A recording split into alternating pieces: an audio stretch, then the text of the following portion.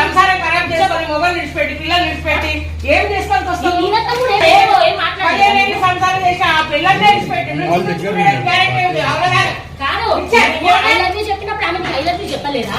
నువ్వు పెళ్లి ముఖ్యమా? భార్య ముఖ్యమా? ఇది ముఖ్యమా?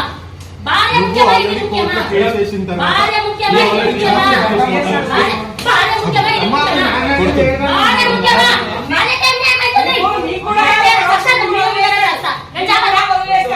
నా ముగ్గురు పిల్లలు ఏం కావాలా? నా ముగ్గురు పిల్లలు ఏం కావాలా?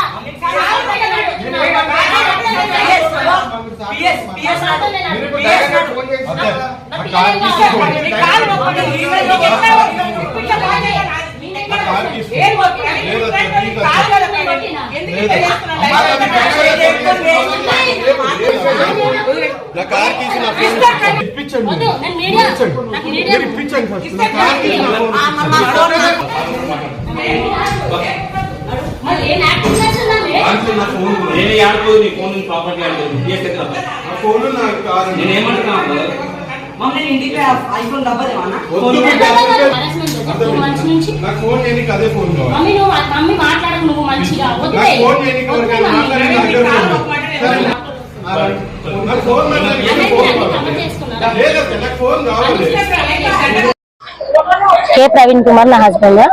మాకు 15 years బ్యాక్ మ్యారేజ్ అయ్యింది. మేము ఆఫీస్ రన్ చేస్తాం అన్నమాట. బిజినెస్ లైసెన్స్ ఇస్తాము. అయితే అందులో ఎంప్లాయీ మా దగ్గర జాబ్ చేసేటామె తనని తిను ఇలా చేశాడు. ఆల్రెడీ ఇంతకు ముందు ఈయనకి చాలా అఫేర్స్ ఉన్నాయి. అమ్మాయి ఆల్రెడీ ఒప్పుకుంది ఆడియో రికార్డింగ్ లో. వెళ్ళిపోతా అని చెప్పేసి మళ్ళీ అమ్మాయి వచ్చింది. ఇది 3వ సారి వెళ్ళిపోయి రావడం. అయితే ఇదేంటి అమ్మాయి వాయిస్ రికార్డ్ పెట్టింది వెళ్ళిపోయింది కదా అని చెప్పేసి మా ఆయన ఇంటికి రాకుండా ఇక్కడే ఉంటున్నాడు. ఈ లొకేషన్ కూడా వాళ్ళే షేర్ చేశారు.